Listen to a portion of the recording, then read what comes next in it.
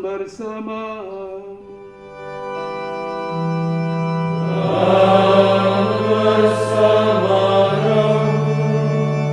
Inilah Injil Yesus Kristus menurut Markus.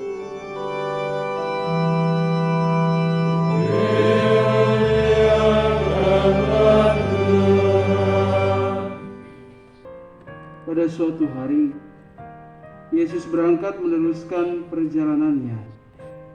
Datanglah seseorang berlari-lari mendapatkan dia.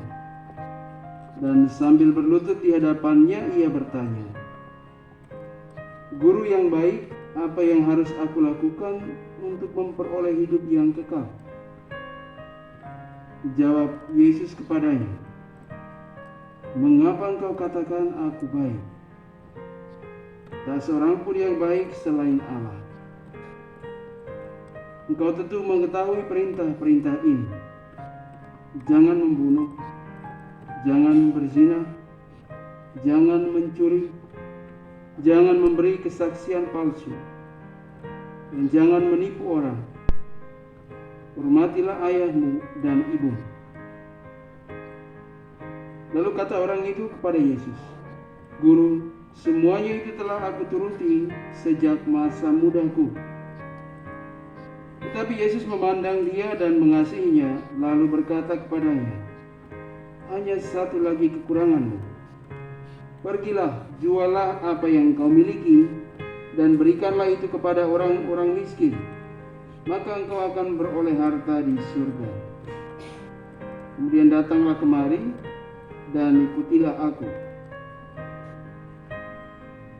Mendengar perkataan Yesus, mukanya muram, lalu pergi dengan sedih, sebab banyak hartanya. Lalu Yesus memandang murid-murid di sekelilingnya dan berkata kepada mereka, "Alangkah sukarnya orang yang banyak harta masuk ke dalam kerajaan Allah." Murid-murid tercengang mendengar perkataannya itu. Tetapi Yesus berkata lagi, "Anak-anakku, alangkah sukarnya masuk ke dalam kerajaan Allah. Lebih mudah seekor unta melewati lubang jarum daripada seorang kaya masuk ke dalam kerajaan Allah." Para murid makin tercengang dan berkata satu sama lain, "Jika demikian, siapakah yang dapat diselamatkan?" Yesus memandang mereka dan berkata, "Bagi manusia hal itu tidak mungkin, tapi bukan demikian bagi Allah. Sebab segala sesuatu mungkin bagi Allah." Lalu Petrus berkata kepada Yesus, "Kami ini telah meninggalkan segala sesuatu dan mengikuti Engkau." Yesus menjawab, "Sesungguhnya aku berkata kepadamu, setiap orang yang karena aku dan karena Injil meninggalkan rumah, saudaranya laki-laki, saudaranya perempuan, ibunya, bapaknya, anak-anaknya atau ladangnya, pada zaman ini juga ia akan menerima kembali 100 kali lipat. Rumah, saudara laki-laki, saudara perempuan, ibu, anak-anak, ladang, sekalipun disertai berbagai penganiayaan. Dan di zaman yang akan datang, ia akan menerima hidup yang kekal." Berbahagialah kita yang mendengarkan firman Tuhan dan tekun melaksanakannya. Sabdamu adalah jalan, kebenaran dan hidup kami.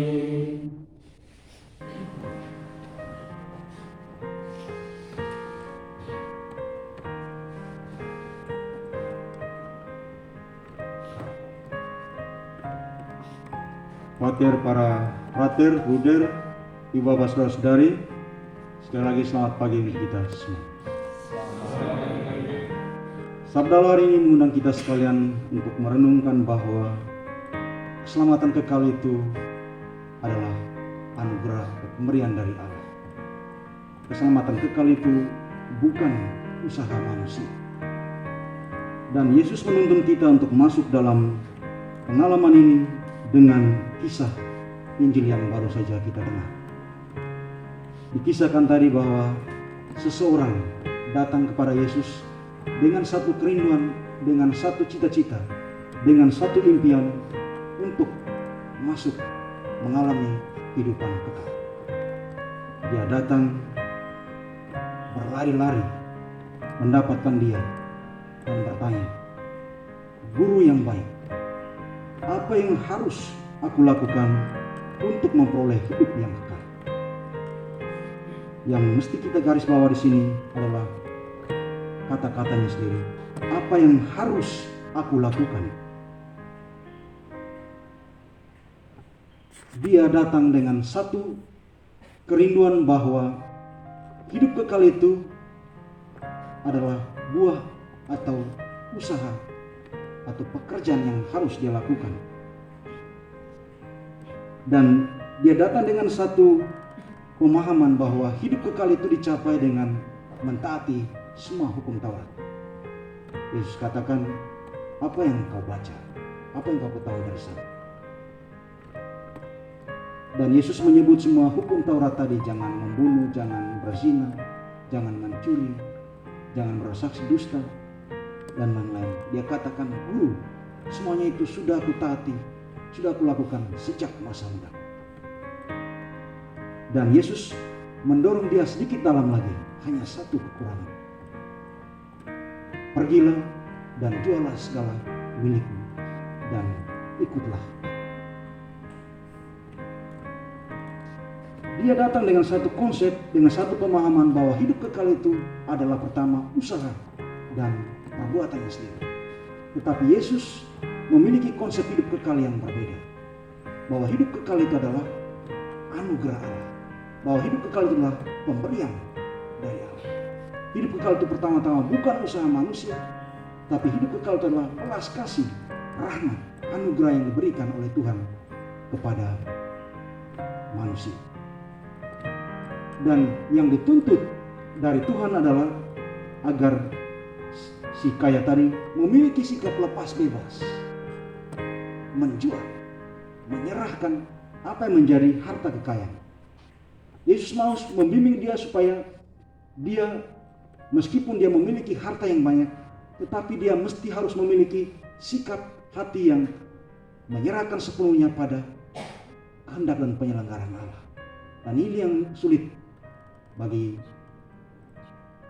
yang dikisahkan dalam Injil tadi, juga termasuk bagi kita sekalian. Bahwa yang sulit itu adalah bagaimana kita memiliki hati yang meninggalkan, memiliki hati yang lepas bebas, memiliki hati yang menaruh harapan dan penyelenggaraan pada Allah sendiri. Karena hidup kekal itu bukan pertama-tama usaha kita, tapi hidup kekal adalah anugerah dan pemberian dari Allah sendiri.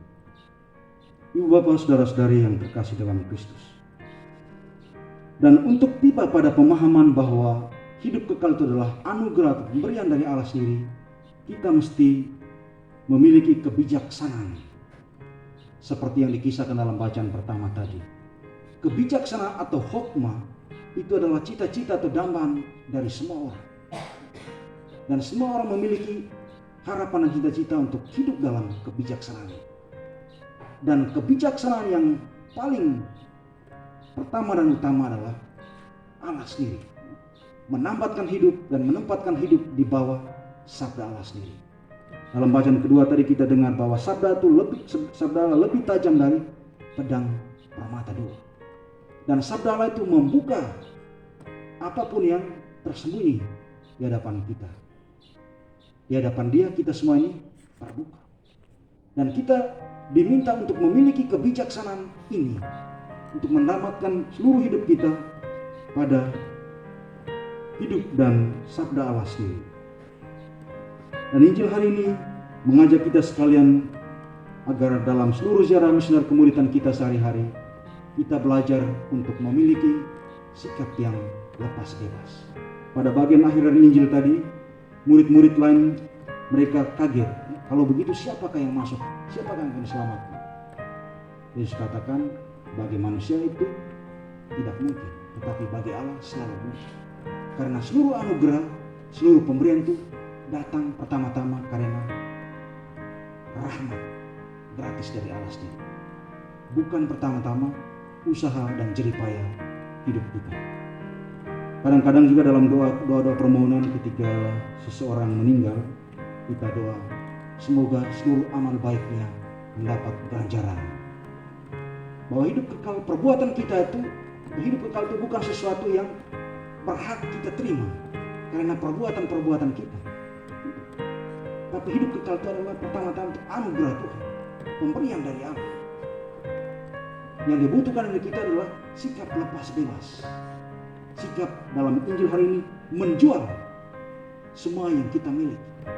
Menjual dalam artian membiarkan diri kita kosong. Membiarkan diri kita tidak memiliki apa-apa.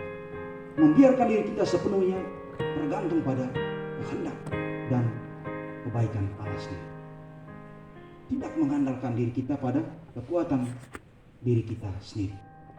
Dalam hidup ini kita kadang-kadang terjebak dalam sebuah sikap bahwa segala sesuatu itu adalah karena kemampuan dan kapasitas yang kita miliki. Kita lupa bahwa di ujung atau yang mengatasi semuanya itu adalah rahmat Allah. Yang dibutuhkan dari kita semua adalah satu kebijaksanaan interior yang mengajak kita semua untuk sampai pada pengalaman bahwa seluruh yang kita punya dan juga hidup kekal yang menjadi dambaan dan cita-cita kita semua adalah anugerah pemberian dari Allah sendiri. Yang dibutuhkan dari kita adalah satu sikap lepas bebas, sikap meninggalkan, sikap membiarkan Allah yang merajai sepenuhnya dalam diri dan hidup kita. Mari kita mohon rahmat Tuhan agar dalam hidup ini kita diberi rahmat, diberi kekuatan, agar memiliki sikap hati yang lepas bebas, dan dalam harapan dan kerinduan kita untuk mencapai kesempurnaan dan hidup kekal, kita sepenuhnya menggantungkan harapan dan cita-cita kita pada rahmat dan belas kasih Allah sendiri. Semoga rahmat Tuhan bantu kita sekalian.